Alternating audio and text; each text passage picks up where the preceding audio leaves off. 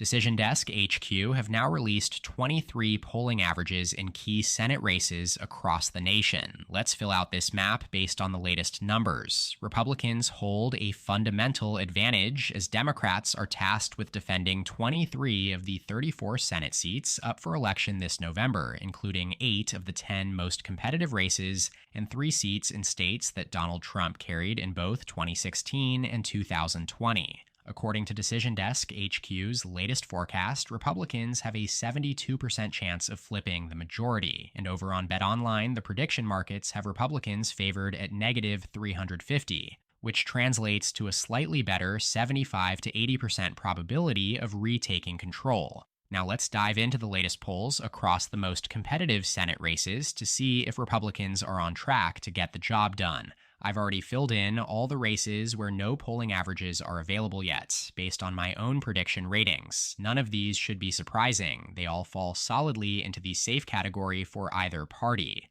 Just a couple of quick notes. West Virginia is a flip, with incumbent Democrat Joe Manchin retiring and Republicans nominating their popular sitting governor, Jim Justice. This could be one of the easiest pickups in modern electoral history. The only state here that's even remotely competitive at the presidential level is Minnesota, but Democratic incumbent Amy Klobuchar is a force to be reckoned with. She's won every one of her previous elections by more than 20 points. So that leaves us with 22 races that don't have a rating yet. Right now, Republicans have a head start, projected at 42 seats, compared to Democrats' 36. That means Republicans need just 8 of the remaining 22 seats to reach 50 and secure a majority if Donald Trump defeats Kamala Harris in the presidential race. Even if Trump loses, they'd only need 9 more to hit 51. That's especially concerning for Democrats, given that 10 of the remaining races are in states Trump won in 2020, and 5 are in states Joe Biden won by less than 3 points. That leaves only 5 races on the map where Democrats won by a more comfortable margin of over 3 points in the last presidential election. With that in mind, it's critical to note the steady decline in split-ticket voting over the past decade. Currently, only 5 U.S. senators represent states that were won by the opposite party's presidential candidate in the last election. Compare that to just 12 years ago, when more than 20 senators came from states that voted differently for president. This trend shows that voters are becoming less likely to back candidates from different parties for various offices, which only heightens the challenge for Democrats as they try to hold onto their slim 51 to 49 majority in the Senate. Now let's dive into the 22 races where we have polling averages available. Starting on the West Coast. Up in Washington, Democratic incumbent Senator Maria Cantwell holds a commanding lead over her Republican challenger Raul Garcia by an average of 22.7% across 7 polls. No surprises here, Washington falls solidly into the blue column. Next, we move to California. Democratic Congressman Adam Schiff is leading by a similar margin of 21.9% across 13 surveys. He's up against former LA Dodger Steve Garvey and is led in every single poll by at least 17 points. Once again, no surprises here. California's Senate race remains deep blue. Now we head to Nevada, our first truly competitive race. Incumbent Democrat Jackie Rosen, who first won in the 2018 Blue Wave by defeating then-incumbent Republican Senator Dean Heller, is up for re-election in a state that's been trending right. Joe Biden carried Nevada by 2.4% in 2020, an identical margin to Hillary Clinton back in 2016. Thus, the state shifted rightward relative to the national trend, and Republicans flipped the governor's office in 2022. For the first time in decades, they also received more votes across Nevada's 4 congressional districts. However, it's impossible to overlook how well the incumbent, Jackie Rosen, is performing in the polls right now. She leads Republican U.S. Army veteran Sam Brown by 7.6% based on 43 polls. She has 49.3% over Brown's 41.8% and is led in every single survey added to this average throughout the cycle. It would take a truly massive polling error for Brown to have a shot at this point. I initially thought this race would be one of the closest of the cycle, but Brown has simply failed to gain any momentum. On our map, Nevada will fall into the likely blue category for Democrats. Next is Utah, a solid Republican state at the presidential level, and here in the Senate race as well. Republican Congressman John Curtis is heavily favored to succeed outgoing Senator Mitt Romney, as Curtis leads by 24 points on average over 3 polls. Now let's move to Arizona, the Grand Canyon state, where incumbent Kyrsten Sinema, an independent who caucuses with Democrats in the Senate, decided not to seek another term. This sets up a highly anticipated showdown between Democratic Congressman Ruben Gallego and Kari Lake, the Republican who narrowly lost the 2022 gubernatorial race. Much like Nevada, this is a race Democrats have reason to feel optimistic about given the polling. Gallego is currently leading by an average of 7.4%, based on a total of 75 polls conducted since January. You'd have to go back to mid-July to find a single poll with Lake in the lead. What's also worth noting is Democrats' recent winning streak in Arizona. They've won 5 consecutive major statewide elections for president, U.S. Senate, or governor. However, this optimism comes with a caveat. Arizona is currently Trump's most likely flip opportunity in the presidential race, where he's leading Harris by almost 2 percentage points in the poll average. Prediction markets on BetOnline give Republicans a solid advantage here, with odds of minus 275 translating to about a 70 to 75% chance of winning. That's a remarkable divergence when you consider the decline of split-ticket voting I mentioned earlier. Polls currently show nearly a 10-point gap between Gallego in the Senate race and Harris in the presidential race. This raises the possibility that the polling could be underestimating Lake. It's becoming increasingly rare to see such large differences materialize on Election Day. If Trump ends up winning Arizona by a point or two, it seems unlikely that Lake would lose by as much as 7.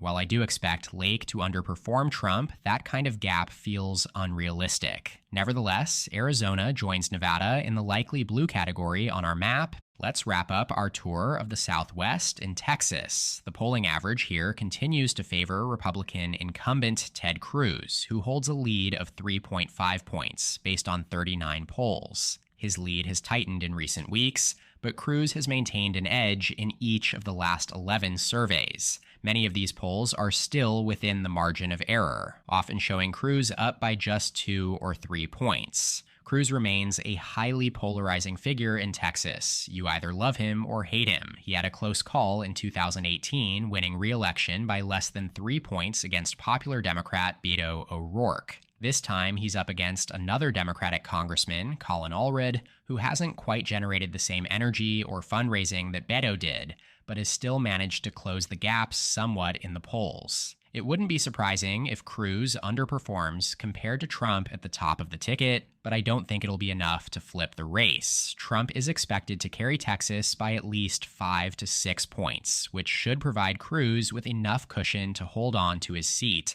It goes in the lean Republican column for now. Now let's move north to Montana, where control of the Senate could hinge on whether incumbent Democrat Jon Tester can pull off what would be an improbable win in a state that Donald Trump is likely to carry by at least 15 points. Tester has a track record of winning close elections in deep red Montana, having been re-elected twice thanks to his broad appeal across party lines. But this year he faces his toughest challenge yet. While he managed to outperform Barack Obama by 18% in 2012, replicating that kind of overperformance in the highly polarized 2024 environment is a tall order. Right now, Tester is trailing his Republican opponent, Tim Sheehy, by more than 7 points, according to an average of 18 polls. Sheehy is polling at 51.4%, while Tester sits at 44.1%, and Tester hasn't led in any poll since August. In response to these trends, national Democrats have already shifted resources to more competitive races in Texas and Florida, signaling that hope in Montana may be fading. For now,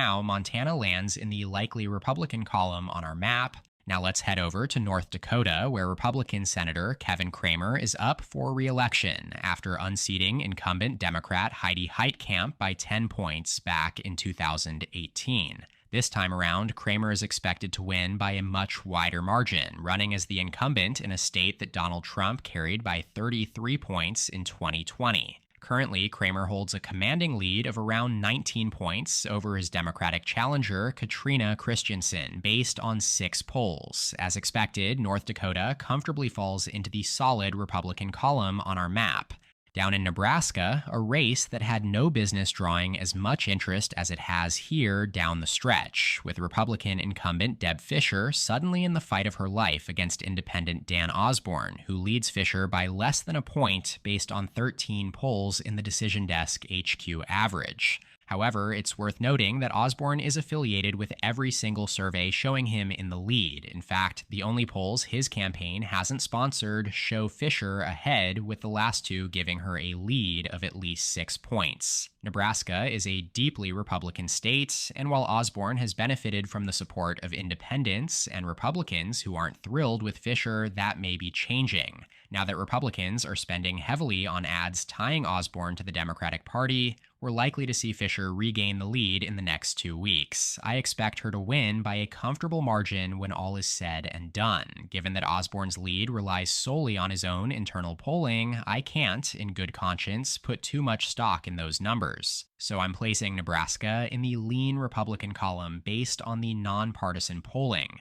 Next up is Missouri, where Republican Senator Josh Hawley, like Kevin Kramer in North Dakota, unseated a Democratic incumbent, Claire McCaskill, in 2018 by 6 percentage points. Considering that 2018 was a Democratic wave year and Trump most recently carried Missouri by 15 points in 2020, it stands to reason that Hawley should win by a comfortable double-digit margin. However, the latest poll average shows Hawley leading his Democratic opponent, Lucas Kunce, by just 7.3% across 10 polls. Hawley's vote share sits at 50.4% compared to Kunce's 43.1%. While I still fully expect Hawley to win this race, it's definitely closer than anticipated. So for now, Missouri goes in the likely Republican category on our map.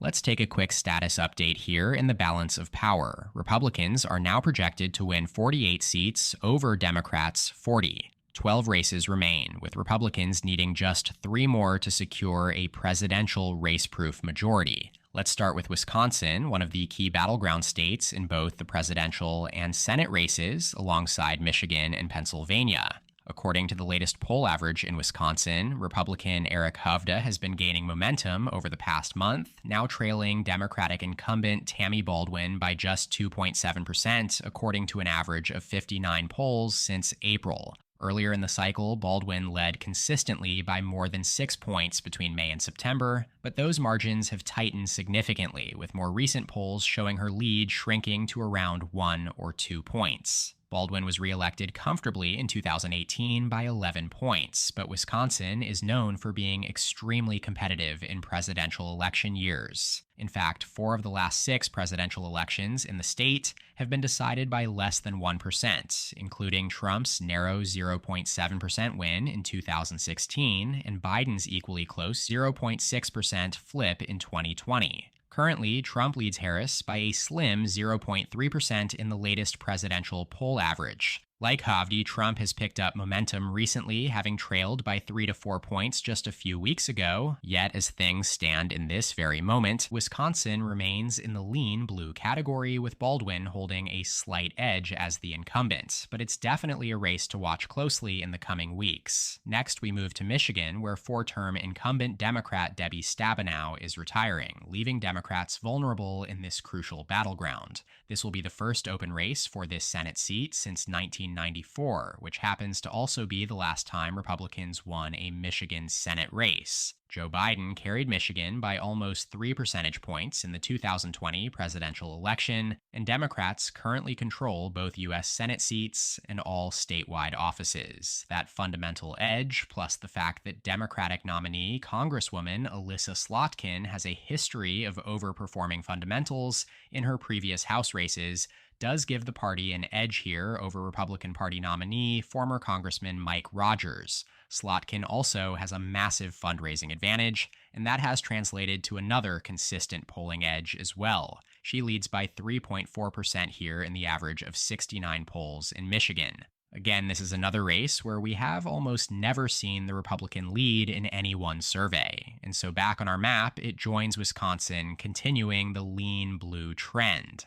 Breaking the trend in the Rust Belt is Indiana, where Republican Congressman Jim Banks holds a 13-point lead over Democrat Valerie McRae, based on 4 polls. No surprises here. Banks is expected to cruise to victory as he succeeds incumbent Senator Mike Braun, who is running for governor instead. Similarly, in Tennessee, a solidly Republican state that Trump carried by 23 points in 2020, incumbent Marsha Blackburn holds a commanding 23-point lead over Democrat Gloria Johnson, based on 9 polls. Tennessee is firmly in the safe Republican category on our map. With these 2 races, Republicans now project to hold 50 seats, which means even if Kamala Harris wins the presidency, the GOP would only need to win one of the remaining 8 seats to secure a clear majority. Let's go all the way down to Florida here before wrapping up in the Rust Belt and Northeast. Incumbent Republican Senator Rick Scott was first elected in 2018 by the narrowest of margins, 50.1% to 49.9%, for a raw vote margin of about 10,000 out of more than 8 million cast across the state. He is expected to win by a more comfortable margin this November after Florida has trended hard to the right since then. Donald Trump notably increased his margin in the state between 2016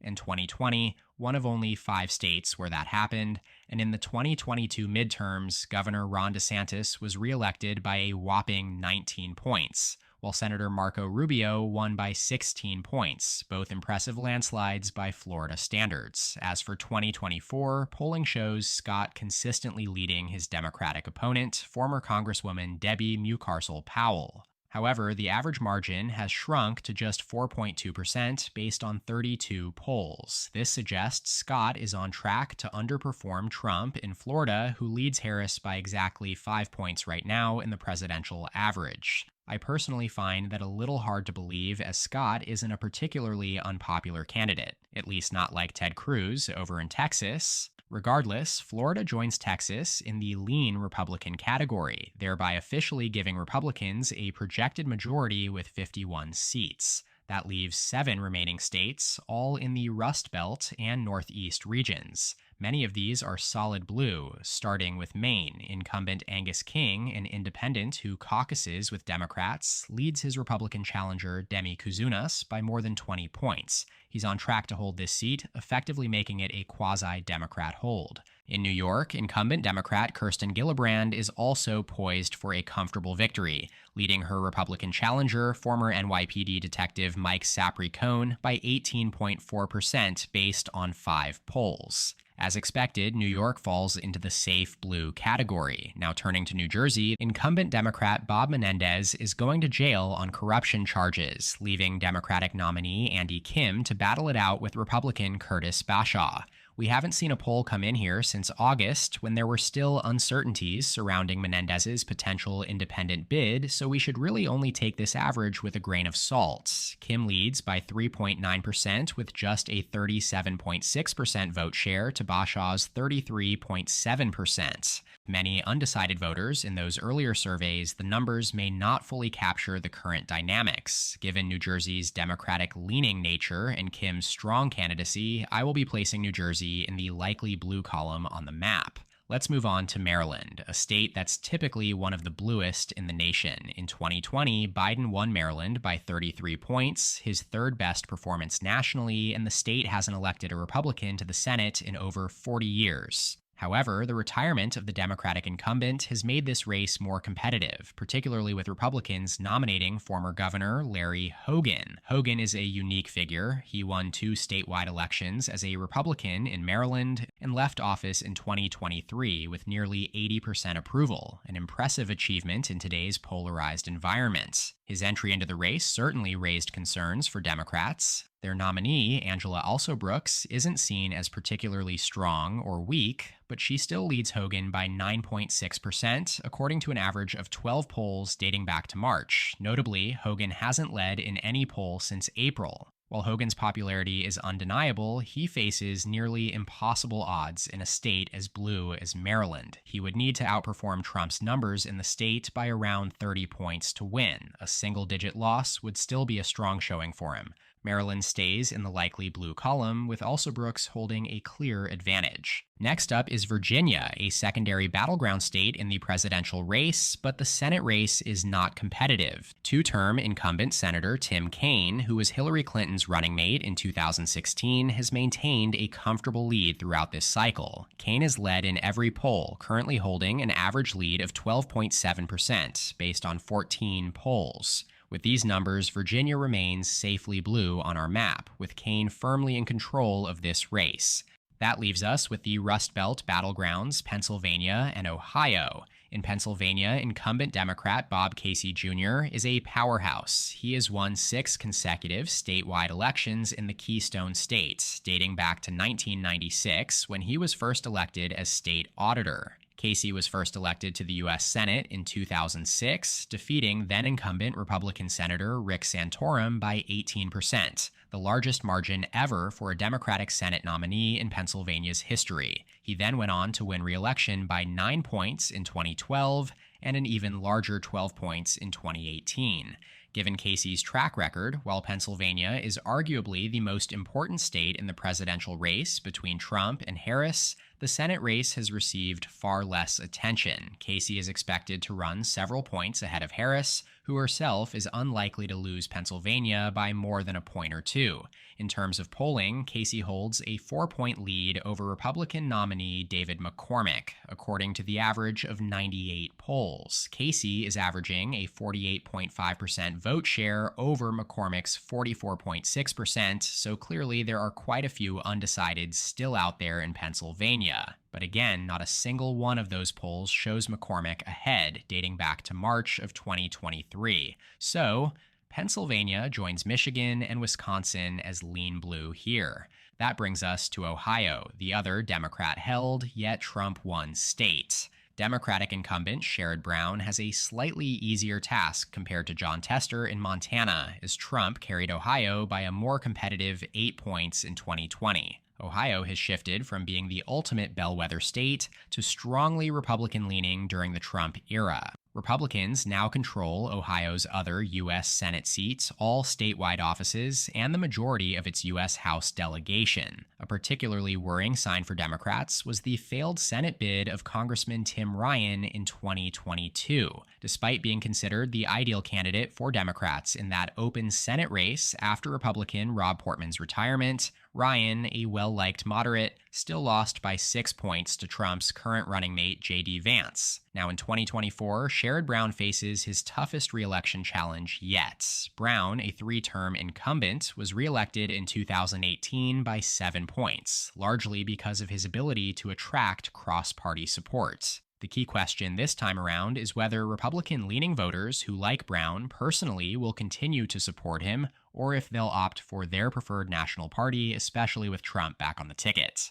Car dealership owner Bernie Moreno claimed victory in the closely contested Republican primary, thanks to Trump's endorsement. Most analysts viewed Moreno as the weakest general election candidate for Republicans, and up until just a few weeks ago, he had trailed Brown in every poll. However, Brown's lead has now shrunk to less than a point on average, based on 27 polls. This marks the best position Moreno has been in all cycle, which is certainly a worrying sign for Democrats, echoing similar trends seen in the 2022 election. It's important to note that polling in Ohio has consistently underestimated Republican performance in statewide races since 2016. Trump outperformed the 538 poll average by 6 points in 2016 and by 8 points in 2020, and Tim Ryan led J.D. Vance for much of the 2022 Senate race before ultimately losing. The key factor in this Senate race will, of course, be just how far ahead of Kamala Harris Sherrod Brown can run, given that Harris is expected to lose Ohio to Trump by 8 to 10 points. Given the current climate, I'm skeptical of candidates' split ticket abilities in this environment. The betting markets seem to agree. BetOnline recently flipped the odds, now favoring Moreno at -150, after Brown had been the favorite earlier in the cycle.